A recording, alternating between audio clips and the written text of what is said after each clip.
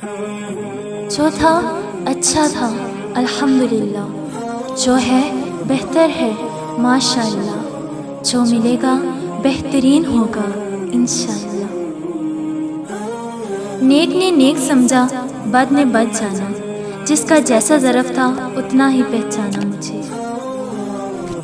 جاہلوں میں نہیں ملے اتنے جتنے جاہل پڑھے لکھوں میں ملے۔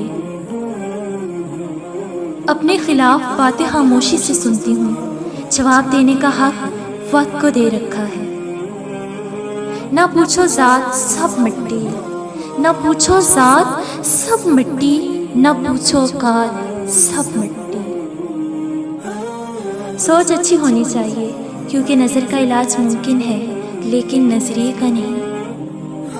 اخلاق کا اچھا ہونا خدا سے محبت کی دلیل ہے۔ عبادت کا بہترین وقت جوانی ہے۔ نیت صاف ہو جائے تو نصیب بھی بدلنے لگتا ہے۔ زمانے کا کام ہے مشکلوں میں ڈالنا اور میرے اللہ کا کام ہے مشکلوں سے نکلنے کے لیے راستے نکالنا۔ نفرت گناہ سے کرو، گناہ گار سے نہیں، شاید وہ آپ کی محبت میں آ کر گناہ کرنا ہی چھوڑ دے۔ امیری یہ نہیں ہے کہ سامان زیادہ ہو، بلکہ امیری یہ ہے کہ دل غنی ہو۔ اسلام نے عورتوں کو قید نہیں کیا بلکہ ہوس پرستوں کی نظروں سے محفوظ کیا ہے۔ لوگ کہتے ہیں حیا آنکھوں میں ہونی چاہیے، پر میرا خیال ہے کہ حیا کردار میں زیادہ ہونی چاہیے کہ آنکھیں کبھی بھٹک بھی جائیں تو مضبوط کردار آنکھوں پہ قابو پا ہی لیتا ہے۔ کسی کی بیٹی کی زندگی خراب کرنا ایک قرض ہے جو ایک نہ ایک دن آپ کی بیٹی کو اپنی زندگی سے ادا کرنا پڑے گا۔ حیا کی کہانی آنکھوں سے پڑھی جاتی ہے، نقاب ڈال کر کوئی بھی پارسا نہیں ہوتا۔ دنیا کے سبھی لوگ بہت خوبصورت ہیں، بدصورتی تو ہمارے رویوں اور سوچ میں ہوتی ہے۔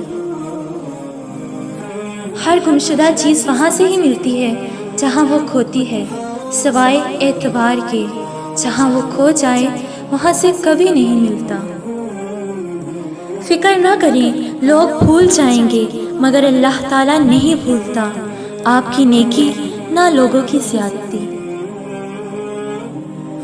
تو غنی از ہر دو عالم من فقیر، تو غنی از ہر دو عالم من فقیر، روز محشر عذر ہائے من پذیر، گر تمی بینی حسابم ناگزیر، از نگاہ مصطفیٰ پنہا بگیر۔ ترجمہ: اے رب العالمین، تو دو جہانوں سے بے نیاز اور غنی ہے اور میں ایک لاچار اور عاجز انسان ہوں۔ میری عاجزانہ التجا ہے کہ روز قیامت میری خطاؤں کا عذر سنیے گا اور مجھے اپنے رحم و کرم سے نوازیے گا۔ اے رب العزت، اگر روز قیامت میرا حساب کتاب لینا ناگزیر ہو تو میری یہ درخواست قبول فرمائیے، میرا حساب کتاب سرور کونین حضرت محمد مصطفیٰ صلی اللہ علیہ وآلہ وسلم کی نگاہوں کے سامنے نہ لیجیے گا۔